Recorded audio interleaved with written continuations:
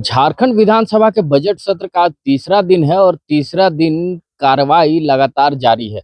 तो ऐसे में एक मामला जबरदस्त सामने आया कि झारखंड के बड़कागांव इलाके में विस्थापितों की लड़ाई लड़ रहे पूर्व मंत्री और विधायक को कल देर रात झारखंड पुलिस ने गिरफ्तार कर लिया है। दरअसल मामला था बड़कागांव के विस्थापितों के साथ आंदोलन कर रहे योगेंद्र साव, जो झारखंड सरकार में पूर्व मंत्री भी रहे हैं, साथ में उनकी पत्नी को झारखंड पुलिस ने गिरफ्तार कर लिया है। और वर्तमान के जो बड़कागांव के विधायक हैं रोशन लाल चौधरी और साथ में डुमरी विधायक जयराम महतो अब उनके साथ खड़े होते नजर आ रहे हैं। इन सारे मुद्दों को लेकर क्या कुछ कहते नजर आ रहे हैं रोशन लाल चौधरी और जयराम महतो, आइए सुनते हैं। सभी सम्मानित पत्रकार बंधुओं को, बहनियों को सुप्रभात, जोहार, नमस्कार, आदाब। कहिए आपके सवाल, पूछिए अपने सवाल। जयराम जी, जिस तरीके से बड़कागांव में विस्थापित लगातार जो है कंपनियों के खिलाफ आंदोलन कर रहे हैं, जिस तरीके से पुलिस जो है पूरा अंबा प्रसाद और उनके परिजनों को जिस तरीके से योगेंद्र साव और उनकी पत्नी को उठा कर ले गई है, आप भी गोंदलपुरा गए, गोंदलपुरा हो या केरेडारी क्षेत्र में लगातार विस्थापित जो है कंपनियों के खिलाफ आंदोलन करें, किस तरीके से देखते हैं? बिल्कुल, मैं संवेदना व्यक्त करता हूँ। एक जनप्रतिनिधि जो पूर्व में उनके मंत्री भी रह चुके हैं, वर्तमान में भी वह राष्ट्रीय पार्टी की एक अच्छे पद पर धारित है और उनके परिवार के साथ इस प्रकार की घटना अत्यंत चिंताजनक है कि लोकतांत्रिक व्यवस्था में कंपनी आज बिल्कुल ईस्ट इंडिया कंपनी और आज की कंपनियों में कोई विशेष अंतर नहीं दिख रहा है। बस तरीके बदले हैं, रूप बदले हैं, रंग बदले हैं, लेकिन शोषण का तरीका आज भी वो जारी है। एक जनप्रतिनिधि के साथ अगर ऐसा हो सकता है तो सोच सकते हैं आम व्यक्ति के साथ इस राज्य में क्या हो रहा है। और ये सच्चाई है, जहां जहां विस्थापन की समस्या है और जहां जहां लोग अपनी जमीन ना देने के पक्ष में है, जमीन अधिग्रहण के खिलाफ है, वहां उनके साथ इसी प्रकार के पुलिसिया दमन और जुल्म किया जा रहा है। इस बार राज्य सरकार को एक विशेष टीम गठित करते हुए कहीं ना कहीं उचित कार्रवाई करनी चाहिए, रैयतों के उनकी समस्याओं को सुननी चाहिए। कुछ दिन पहले तो एक घटना घटी थी जिसमें जिला प्रशासन, माने शर्म कहिए या हंसिए या फिर क्या कहिए, जिला प्रशासन चतरा से, गिरिडीह से, अन्य क्षेत्रों से लोगों को बस में लाई थी जन सुनवाई करने के लिए कि हाँ बड़कागांव में जन सुनवाई हो रही है। फिर क्या हुआ, वहां के जो ओरिजिनल रैयत थे वो वहां सामने गए और बहुत मारपीट हुआ था।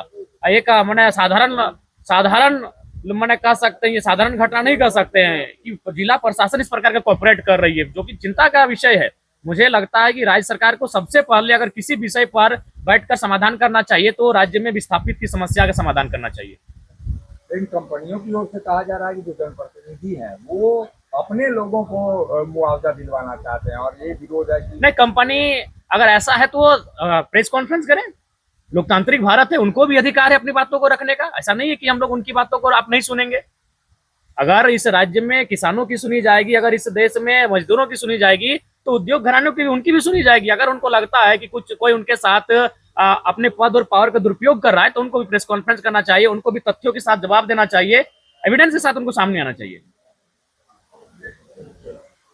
धन्यवाद।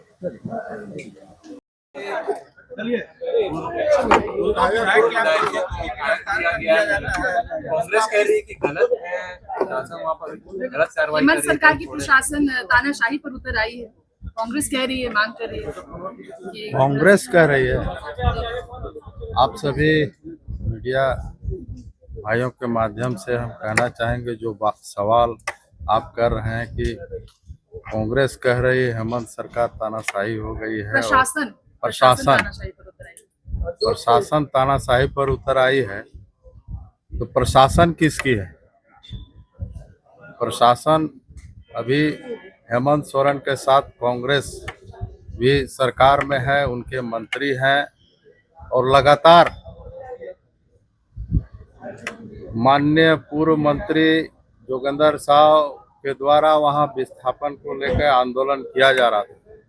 विस्थापन के आंदोलन को हम भी समर्थन करते हैं और झारखंड में विस्थापन एक बहुत बड़ा समस्या है और इस समस्या को लेकर हमने पहली बार सदन में आए उस समय से लेकर जब भी सदन चला, हमने विस्थापन की बात को, बड़कागांव विधानसभा के विस्थापितों के आवाज को हमने सदन पर रखा है और हमारे ही गैर सरकारी संकल्प के जवाब में, दबाव में विस्थापन आयोग का गठन किया गया, लेकिन सिर्फ कागजों पर किया गया। यदि विस्थापन आयोग को वर्तमान सरकार विस्थापितों के हक में पूरे ताकत के साथ विस्थापितों के हक के लिए आयोग का गठन करती तो आज ये दुर्दशा नहीं होती। और जो गिरफ्तारी हुई है, विस्थापन आंदोलन में किसी की भी गिरफ्तारी, अपने हक के लड़ाई की गिरफ्तारी को हम निंदा करते हैं, लेकिन ये पूरे परिवार की लड़ाई और सिर्फ वो नौटंकी है, हम इस बात को कहना चाहते हैं।